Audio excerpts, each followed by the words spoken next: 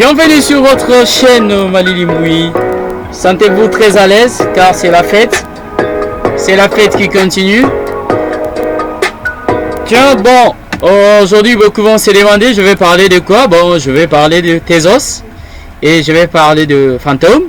Voilà le pépite du jour que je tiens vraiment à vous présenter en temps universel. Voilà que nous avons notre Tezos est là. Voilà, lui qui fait maintenant une affaire de 6%. Et de l'autre côté, nous avons notre Fantôme qui fait, est-ce que ça sent le départ? C'est un peu de voir avec le sentiment. Là, vous pouvez voir qu'il vient de sortir de l'eau.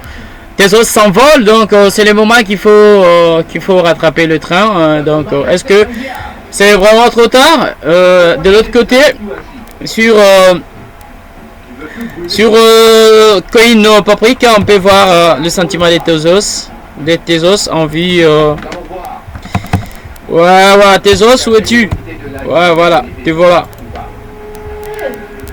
Ok, là vous pouvez voir 7, 8, 9, 10. En tout cas, chaque personne charge ses données selon selon les bases des données. On est voilà. Donc vous souhaitez quoi? Le défi, la décentralisation. Voilà, qu'avec le 2. Vous pouvez voir avec mon petit affiche. Là, on dit en route pour 2022. Nous avons le défi et le NFT. Voilà, vous avez compris sa capitalisation boursière qui s'élève encore. Vous pouvez voir, en tout cas, c'est un pourcentage de dingue. D'ailleurs, en 24 heures, on est à 284 millions d'achats. En tout cas, le capital qui s'élève à 4 milliards. En tout cas, c'est très intéressant pour cette pièce. Là, vous pouvez voir qu'on est plutôt du côté solution, collectivité de NFP avec Tezos. Fantôme. Ouais, avec Fantôme, oui. Ça sent quand même la hausse. Ça sent Noël comme ça sent la hausse. Donc, le crypto, comme je le dis bien, en route, on est pour le défi, la finance décentralisée. Là, vous pouvez voir en temps opportun, en réel, avec moi. Avec Bubble. Donc, Crypto Bubble, vous pouvez voir que, voilà, on a Tezos. On a plutôt FTMO et voilà avec CryptoCurrency, donc Coin, c'est quoi encore? Coin Particle, donc voilà, lui marque les souvenirs. Si vous voyez que le B vraiment c'est assez grand, donc ça signifie que ce sont les cryptos qui voilà, enfin sont en train de faire une hausse énorme. Voilà, du côté sentiment Scalpex Index, quels sont les sentiments? Là, vous pouvez voir que la plupart des plateformes, Bybit, BitMEX, Binance, Coinbase, on est plutôt acheteurs. Donc voilà, on est plutôt acheteurs avec ces sentiments. Voilà que on a tapé là, pin poil, c'était la zone vraiment qui a refoulé le prix maintes reprises. Donc si on arrive à casser ces niveaux, ça sera un très bon signal. De l'autre côté, avec l'outil de l'indice de la paire d'équipidité, on est plutôt donc vous voyez c'est un peu jaune. Donc vous voyez que on est en train d'avancer vers la neutralité, le sel. Donc voilà. Et de l'autre côté, social index, vous pouvez voir qu'on est plutôt vendeuse. Donc ça c'est mieux que le sentiment social.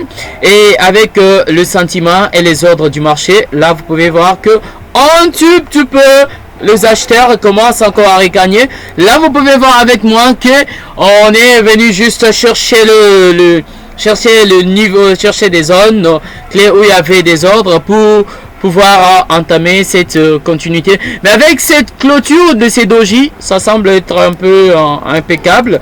Là, le graphique en temps universel sur TradingViewer, vous pouvez voir qu'on a juste ces petits rectangles.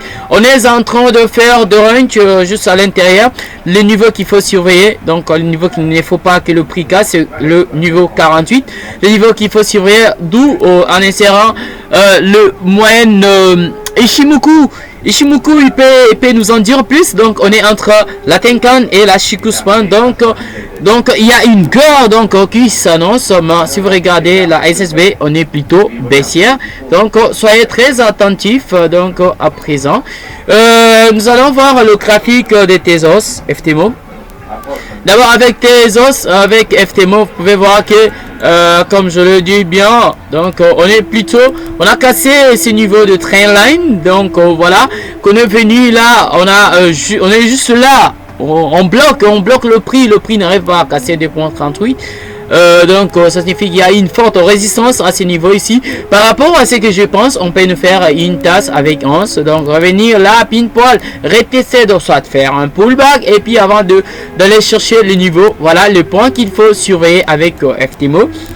Et avec Atom, c'est très intéressant encore qu'on est bloqué là au niveau la trendline résistance qui a été cassée et le niveau résistance horizontale, donc qui reste encore d'une façon. Voilà que j'ai essayé de montrer qu'on risque de consolider un petit peu comme on a fait là, juste en pullback au niveau de cette trendline. Donc ça sent bon que si on arrive à casser, on clôture là-dessus.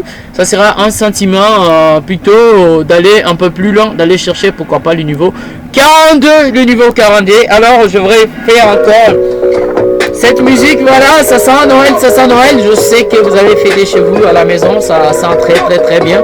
Voilà pour cette vidéo, nous prenons notre close à présent. À nous revoir à la prochaine vidéo.